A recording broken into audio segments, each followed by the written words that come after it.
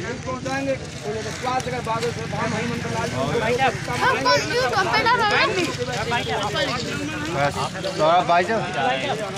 ये साहस विचार कैसे आप लोग बालाजी की कृपा हुई कि हमारे गांव पर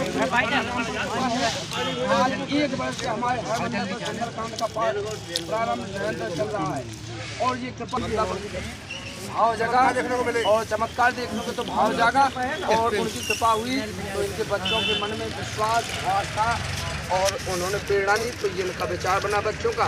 उनके साथ हम लोग भी साथ चले जाए सहयोग के लिए इतना बना तो बोलिए बागेश्वर धाम की जय। आप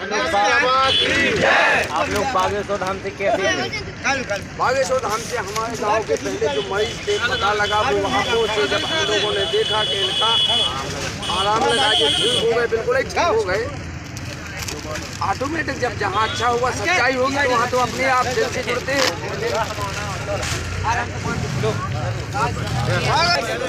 पलेरा नगर इनकी यात्रा में सम्मिलित हुए इस विषय में सबसे पहले तो मैं आपसे बोलो सत्य सनातन धर्म की जय। आज पूरे बुंदेलखंड में ही नहीं बल्कि पूरे भारत देश में और विश्व में बागेश्वर धाम की महिमा और उनकी लीलाएं और उनकी चर्चाएं देश में विख्यात है। मैं जो खलीली ग्राम के जो समस्त भक्तगण लड़कते हुए अपनी आस्था से अपने मन से जो बागेश्वर धाम तक पहुंचने का उन्होंने प्रण किया है। आज पलेरा नगर से वो सभी लोग यहाँ से निकले। पलेरा नगर के सभी संभ्रांत नागरिकों ने धर्म प्रेमियों ने उनका बढ़ चढ़ के स्वागत किया। अभी आगे महादेवन मंदिर पर हम सभी लोग उनका स्वागत सत्कार करेंगे और हम ईश्वर से प्रार्थना करते हैं जो बेधर्मी धर्म के प्रति उनकी आस्था नहीं है, हम चाहते हैं कि वो भी हिंदू धर्म के प्रति अपनी आस्था रखें, भगवान श्री राम में अपनी आस्था रखें। क्योंकि भगवान श्री राम ने जब बालक रूप में जब वो विश्वामित्र जी उनको लेकर के गए थे तो उस समय पे भी कुछ आतताइयों ने राक्षसों ने उन पर भी उनके यज्ञ पर हमला करने का प्रयास किया।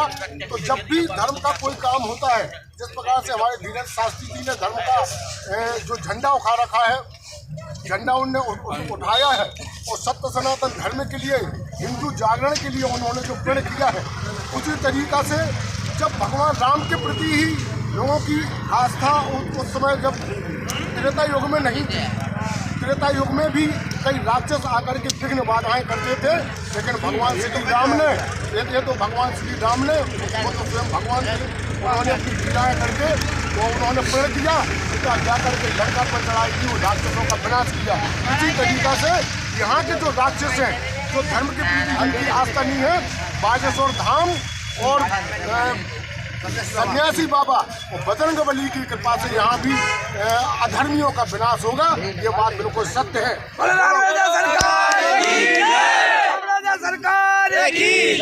कहा है कि फायदे में रहोगे तो फायदे में रहोगे, किस तरह की फायदे की बात कही है? तो उन्होंने हमेशा यही कहा है कि हम कोई भगवान नहीं है। उनका स्पष्ट कहना है, स्पष्ट कहना है कि हम भगवान नहीं हैं, हम कोई चमत्कार नहीं कर रहे हैं। लोगों की आस्था है तो हम यदि मन से बागेश्वर हमारे सन्यासी बाबा जो हमें आज्ञा देते हैं वो बात हम सामने करते हैं। तो जब वो लोगों के काम पूरे हो रहे हैं तो धर्म के प्रति लोगों की आस्था भी बढ़ रही है।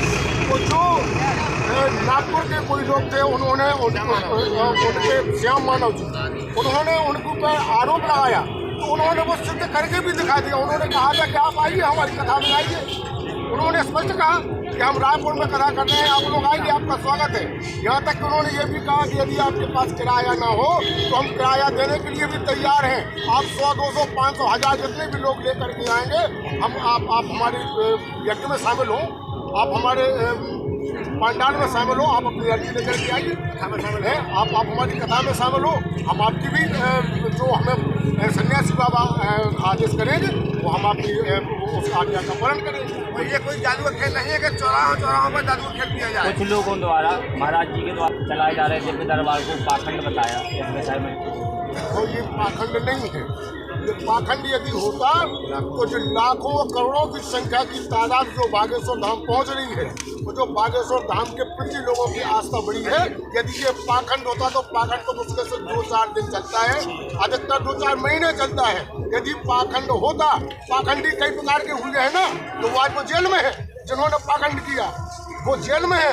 लेकिन ये स्वयं बजरंगबली भगवान की महिमा है, श्री राम की महिमा है, जो पाखंड नहीं है उन्हीं का चमत्कार है। वो चमत्कार को नमस्कार आज पूरी दुनिया कर रही है। मैं आप लोगों से ही निवेदन करता हूँ कि आप सभी लोग धर्म के प्रति अपनी आस्था रखें, बागेश्वर धाम के प्रति अपनी आस्था रखें और सन्यासी बाबा के प्रति अपनी आस्था रखें। बहुत बहुत धन्यवाद। जय श्री राम।